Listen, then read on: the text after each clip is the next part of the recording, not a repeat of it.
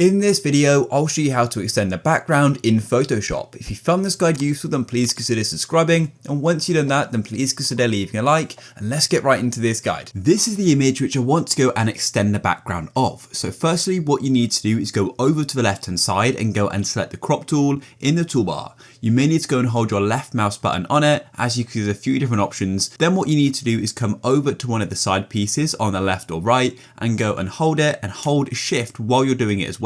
And hold the Alt key on your keyboard and then start dragging like so. And then when you hold Alt, it's going to make the same on both sides. So then go and make the image the size of what you want it to be. So in this case, I want it to be this size here.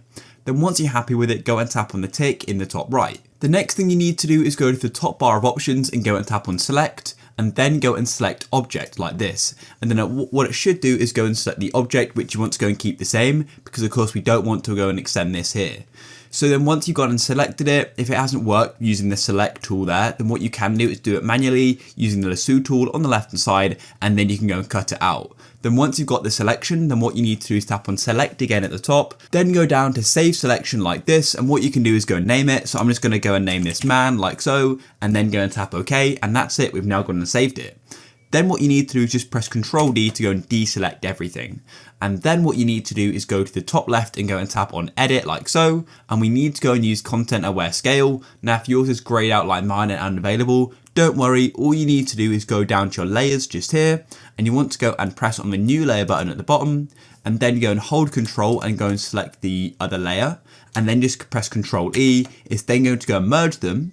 And then if we go to the top left again and press edit, then as you can see, content aware scale is now available. So go and click there. Then before you get any further, what you need to do is go to the top and locate protect. And you need to go and select what you call the subject you went and selected. So in this case, I named it man. So yeah, then what you need to do is go over to the left or right where you've got these sort of squares, and then hold shift and drag it like so. And as you can see, then as you drag it, it's going and extending the background. As you notice, it's like making the image just bigger basically, as you can see, but it's not making it all sort of like squished and things like that. And that's it, guys. You can then go and tap on the tick in the top, and we've now gone and extended the background of the image. If you guys found this useful, please consider leaving a like. Peace.